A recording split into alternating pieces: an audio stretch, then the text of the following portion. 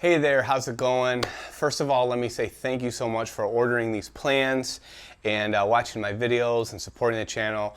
I really appreciate it. It means the world to me because of people like you that support me and buy these plans and watch the videos. I'm able to provide this content and make videos and do this as a living now, so I really appreciate it from the bottom of my heart. And I hope you build this bench too, because I really love this bench. I spent a great deal of time researching benches years ago, thinking of all the features that I want, and this bench really, it just checks all those boxes that a bench should be. It's really massive and heavy, which is a good thing, especially if you plan on using any hand tools.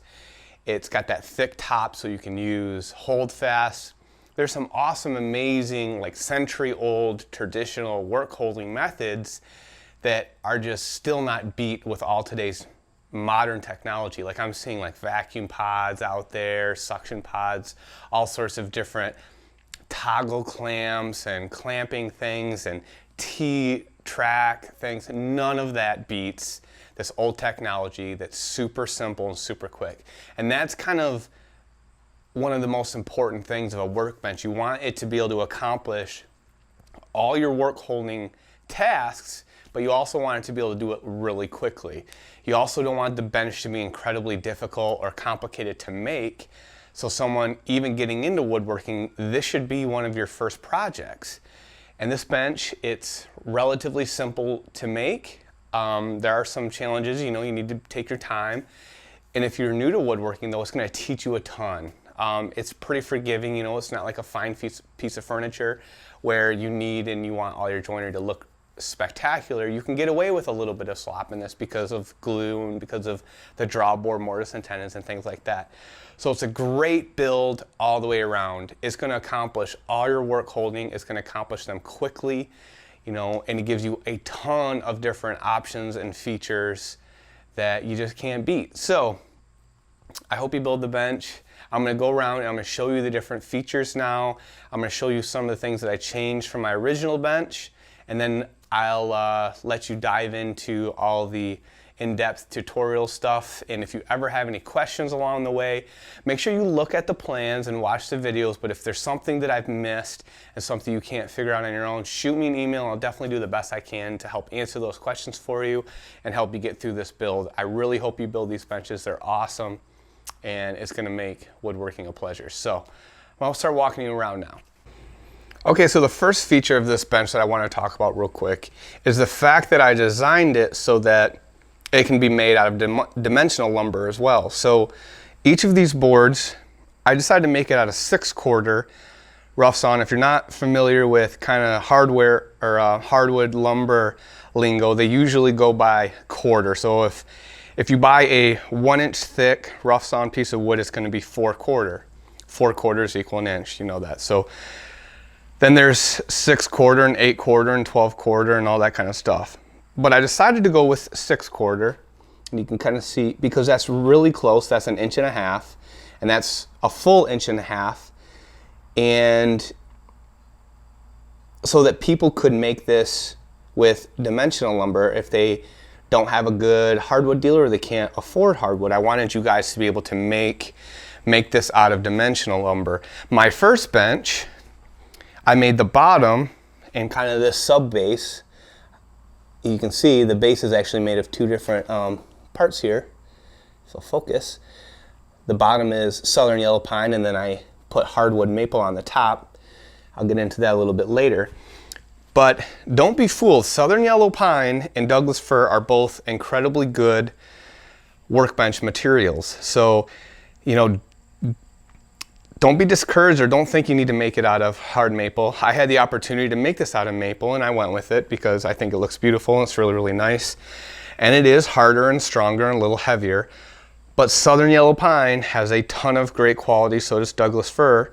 It is heavy, it's very structurally strong, and it's softer, but sometimes that's a good thing. So if you drop your really nice piece of maple or your nice piece of walnut on that softer wood's going to dent rather than your nice piece that you're working on. So there's definitely benefits to it. So you can go and order you know, all your dimensional lumber from wherever, Home Depot, Menards. I would highly recommend going with 2x10s or 2x12s. Don't buy 2x6s or 2x4s, and don't buy construction grade white pine. Buy southern yellow pine in the best qualities you can get, or Douglas fir, and you buy it in that 12-inch width so that you can rip it down. You'll get better wood. You know, you get better, longer, straighter trees that they can make that 2x12 out of than the 2x4s. The 2x4s are going to be junk. The 2x6s aren't going to be very good. So get those 2x10s and 2x12s and rip those down to width for your top and legs. The other reason you want to get 2x12 is because I designed the apron to be 11 inches tall so that you could use a full 2x12 on it. A 2x12 is going to be like 11 1/4 inches wide or whatever it is. So you'll rip both edges off the rounded edges and make your apron out of it. All right, so let's continue on. Now with my pack, I went with my plans. The chops are actually made out of 8/4, so is a sliding dead man. Now if you go with dimensional lumber, you can either take a 2x12 and laminate it together and have a slightly thicker chop, which is totally fine. Same with the sliding dead man. You're just gonna have to alter your plans a little bit for that sliding dead man, but it shouldn't be too hard for you. Same with the chop over here. It's actually 8/4. So this is, after it's been milled down, it's milled down to around 1 7/8 inches. Same with all these boards that make up the tops and the legs. I should have mentioned that earlier. They start out as 6/4, which is 1.5 inches, but then when they're milled down, they're more like 1 3/8 inches. So that's what you'll see on the plans, 1 3/8 inches. I'm gonna focus. Now the top, you know, the legs are 3 pieces that are laminated together. Those 3 pieces line up, you know, with 3 boards here. So when I make my leg, I just glue 2 shorter pieces to a piece that's slightly taller, and then now I have my tenon. And my tenon will fit perfectly down there, a little bit farther down. Actually, we'll just kind of go over by a leg. So the tenon, which is underneath here, fits perfectly in that second board. It's basically that second board is just cut out in there. So that just makes it easier for construction as well. You don't actually have to cut those tenons. You do a little bit of cutting on them. You cut the shoulders a little bit, but you don't have to cut them full length. Now the bottom stretchers, those you do, since those are only 2 boards that are laminated together, you actually have to cut, you know, I think it's 3/4 of an inch off each cheek and like a 1/2 inch shoulder. So you do have to cut those. So, all right, let's start over here at the crochet. This is the Nicholson side. You can see it has the big apron, and I'll let you do research on Nicholson workbenches or not, or whatever. But I demonstrated a little bit before. You can put pegs or even your holdfasts. If you're not familiar with what a holdfast is, this is a holdfast, and this is the greatest piece of work holding technology over the last 200-300 years, whenever it was invented. It's pretty amazing. So you can slide this in all of your circular holes, except for this one. These ones I didn't go all the way through the leg, but these ones slide all the way through, and if you whack that with a mallet, it jams in place, so you can hold your boards to that apron if you want. But really what you do is you stick your bench dogs into the hole. That sucker's tight right now. Stick these into your holes. Usually put one at the very front here to support the front lip, and you put it anywhere else, and you can support really large pieces of wood with this apron. I've even put doors on this side before and worked on hinges. Now the crochet, which holds this in place, basically it holds the board so that it doesn't wedge or fall out of place. It's about 1 foot long, and there's a 3-inch gap here so that you can put up to 3-inch wide boards in there, and it's really strong, works really well. Now an improvement I made from the last one is this one. I actually have 2 bolts in the front and 1 bolt in the back. Now the plans don't show this, but you need to countersink with a 3/4 inch Forstner bit, about 1 inch in on these guys, and about 1/2 inch deep in this one, just so the bolts aren't proud and they're kind of hidden in there a little bit. Now I used about a 3.5 inch lag bolt, and you definitely want to countersink all your holes you want to drill when you're drilling into maple, and then I would even put wax on. I have some paste wax. I wax those screws because maple is really hard to drill into, and because it's so hard, it actually strips easier than like this pine wood. Now this one I had only done 2, and it's not quite as strong that way. It's actually loosened up over time. It wiggles a little tiny bit. So do the 3 screws. All right, now we'll talk about the vices a little bit. So I went on this build with the Veritas quick release front vise as my end vise, and the Veritas twin screw as my face vise. The reason I did that is because I can stick up to a 24-inch wide board in this twin screw vise and not worry about any kind of racking. I can put a really long board across the top for planing if I want to, and I can also pinch a board here and support it on the sliding dead man and don't have any problems. Now, a popular vise is a leg vise. I really don't think those are great. I don't know what the craze is about them. They have a lot of shortcomings. Yes, they're strong, but your chop width is only like 8 to 10 inches. And there's a screw running through the middle of it. So you can't drop a long board straight through the middle of it. You have to run that board to either side of that screw. When you do that, your vise is gonna rack. So you have to either have a separate block that's equal distance or whatever wood you're using to put on the opposite side of that screw so that there isn't any racking, or you just deal with the racking. Now there's times where people skew those. Instead of being vertical with the leg, they'll skew them a little bit so that it'll be straight in line. But you know what? I don't get them. I just don't think they're that great. I think this vise is 100 times better. Doesn't have the shortcomings as a leg vise, but I know that's hugely controversial, so I don't know if I'll get any comments on that or not. But don't let me discourage you. If you want a leg vise, by all means, put the leg vise on here. I designed this bench so that you can adapt whatever kind of vise you want on there. So if you don't want to do a twin screw, or you don't want to do the quick release, you want to do an inset end vise or tail vise, by all means do that. That's why I didn't go into a great deal amount of detail on the vices, because whatever vise you order, the details and the instructions are going to be in there. I did route out, and I talk about that a little bit, the recesses for the 2 vices that I chose. But like I said, use whatever vise that you want and be happy with that. I just personally think these are the 2 best vices out there. They give you the most capabilities, the most versatility, and they're built incredibly well and not too hard to install either. So this, I don't know, you probably saw there's a chain underneath there. When I spin one handle, the whole thing turns, goes open and closed together. I don't put the other handle in. I never use that, and it just is something that swings around and gets in the way. So on this guy, I used the quick release vise from Veritas. My old bench has the Rockler quick release vise. You can see it's not quite as wide, it's not quite as beefy. It's definitely cheaper. Now to operate this, you turn it backwards twice, and it kind of releases it so that you can pull it in or out. Now this doesn't have nearly as wide of an opening either, but it's a great vise. It's much cheaper. It's only around $100 and something. So I have dogs.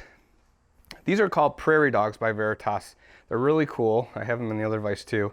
They actually have a little push button thing here that opens and stays low. So you can keep these down at the end of your vise and pop them up when you use them. I like this way more than using a regular dog because they just stay here, and I drill the holes to that depth, and just those are perfect for your end vices. I would definitely go with some Prairie Dogs like that. So I shut those. This one over here operates in a slightly different way. It has a switch here, a little lever. So when I want to open it up, I just lift that up and pull it out, and it has a much deeper throat, and it opens and closes really smooth. And when you want to start using it, you just switch that over, and now it's engaged. Now I drilled the second row of holes. On my first bench, I went about 6 months with just a single row. Another quick thing is sometimes I see benches with the square dogs or planing stops along this edge. I don't get that either. I think you're limiting yourself, because in those square holes, you can't use a holdfast. These circular holes and these dogs work just as good as a planing stop and to pinch wood between there. So like if you're nice and careful with your planing, you don't necessarily even need to pinch it between the two dogs. You just bump your board up against this and plane, and as long as you're planing in line with that row, it's not really a problem. The square dogs, it's a traditional thing. You're limiting yourself, if you ask me. I think these do everything a square dog does, but these do more than what one of the square dogs can do. The square dogs can't use the holdfast. So I originally ran with just a single one because I wanted to figure out where I wanted the second row of holes to be.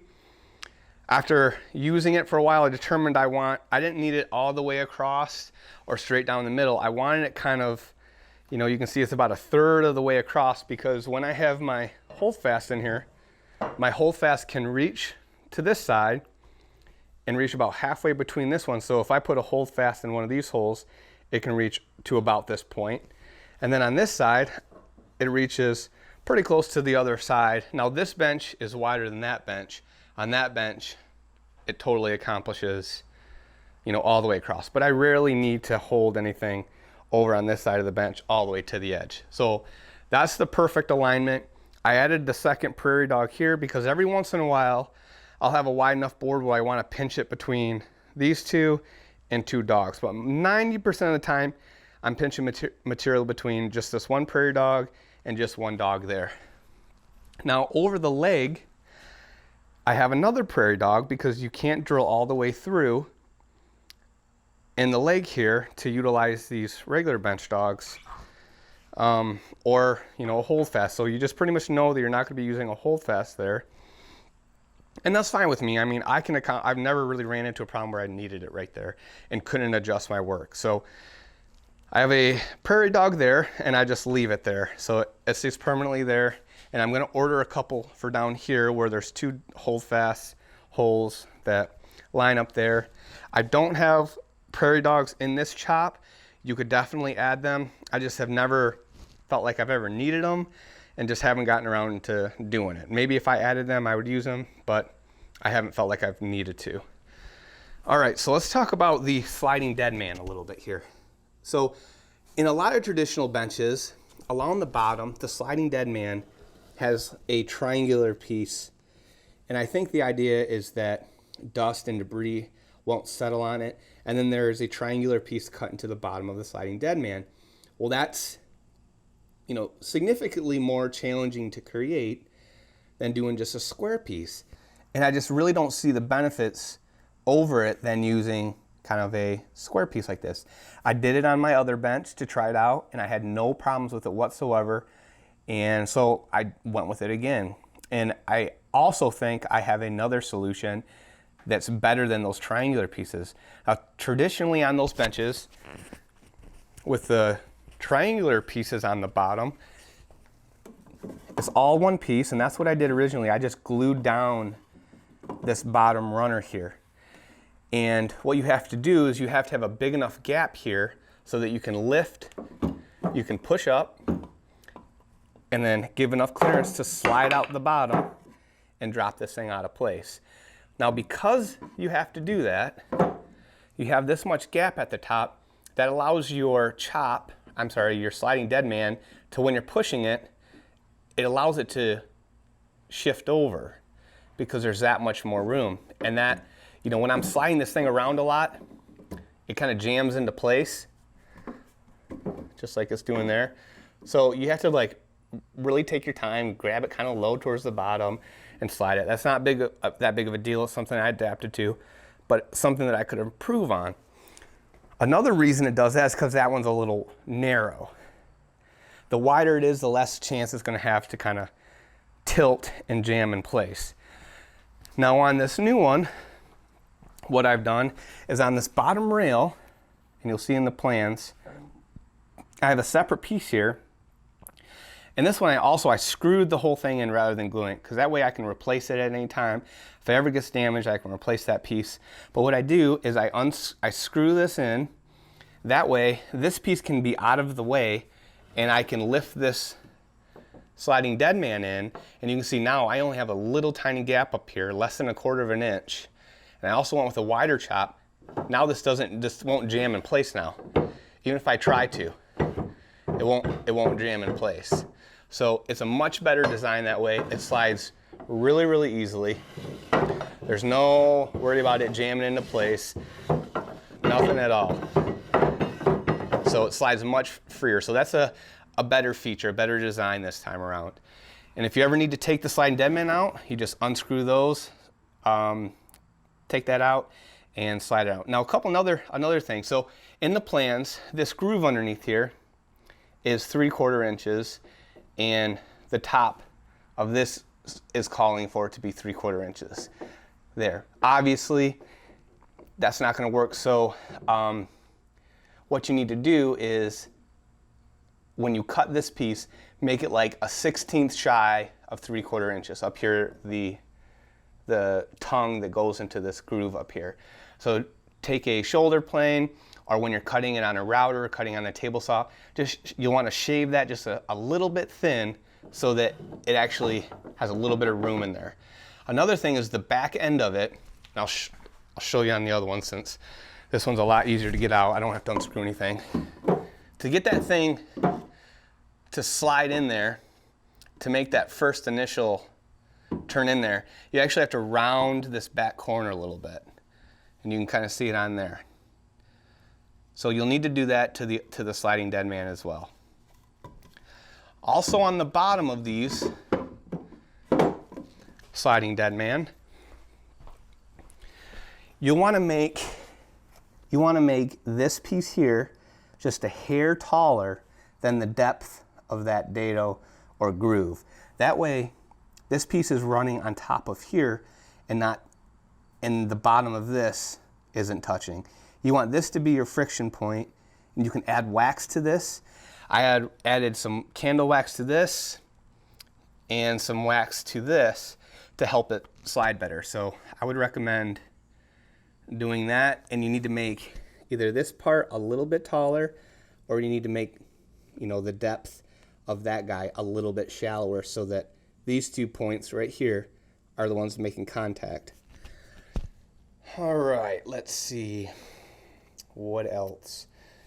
On the inside of the apron, you can see those blocks. So basically, that's a long piece, and it's not supported anywhere except for on the legs, where it's a half lap joint.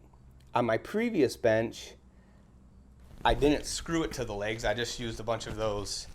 On this bench, you can see there's actually those blocks on each side of the leg, and then along the top as well.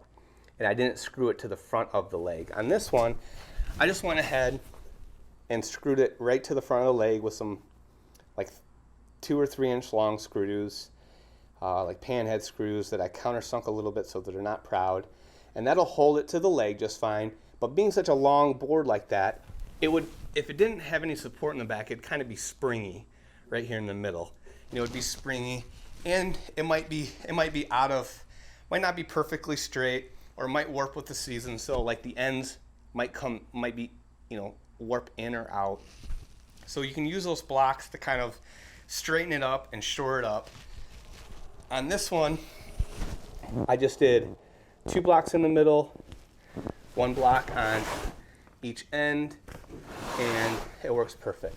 Now, one of the reasons I made the overhang of the bench, I think 16 inches on this side, that's because I could slide a trash can. So these plans are completely adaptable. I mean, if you want to change things around, just do the math, think it out, and make the bench narrower, make it wider, make it longer, make the stretchers you know, wider. You can laminate 4 pieces for the legs instead of 3. You can do anything you want to them.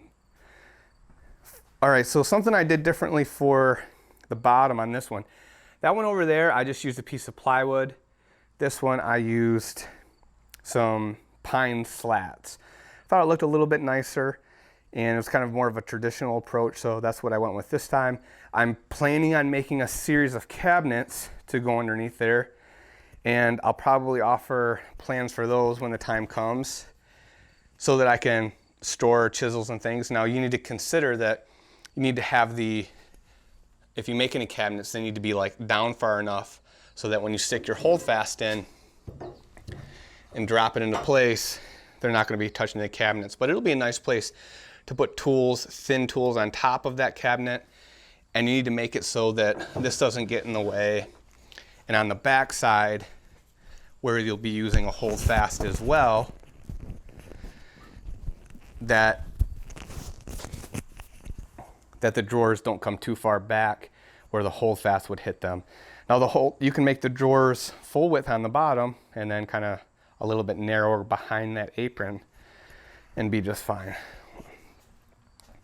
Now on my plans, I go over it, I think in the detailed videos too. I would recommend this time around to actually glue on this bottom part rather than trying to make it out of a solid piece. It'll save yourself a lot of headache, and it's going to be equally as strong. I did that on that bench and it works just fine. So you'll see that a little bit later. All right, is there anything else? You can see I put some of the Rockler casters on this bench. This bench, which is 8 feet long and I think 23 inches wide or 22 inches wide, is 400 pounds pretty much on the nose. So this one's probably 500 pounds. It's extremely heavy. I can barely lift one of the ends up. It's very, very heavy. These casters are actually rated for 100 pounds each. So this bench is at its max. This one technically shouldn't be able to hold them.